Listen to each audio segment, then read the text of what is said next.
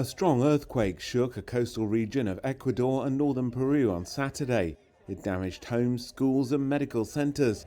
At least 14 people were killed and more than 380 injured in the quake, according to the Ecuadorian presidency's communication agency, largely in the El Oro province. The quake was measured at magnitude 6.8 and did not appear likely to generate a tsunami, authorities said. This was the moment shoppers ran from a supermarket in Guayaquil when the quake hit. This museum on a pier in the coastal area of Ecuador's El Oro province was almost completely submerged after it collapsed as a result. Dozens of homes have been destroyed. Many roadways were blocked by landslides caused by the earthquake. The Santa Rosa airport suffered minor damage but remained in operation. The initial quake was followed by 2 weaker aftershocks in the following hour, according to the Geophysics Institute of Ecuador.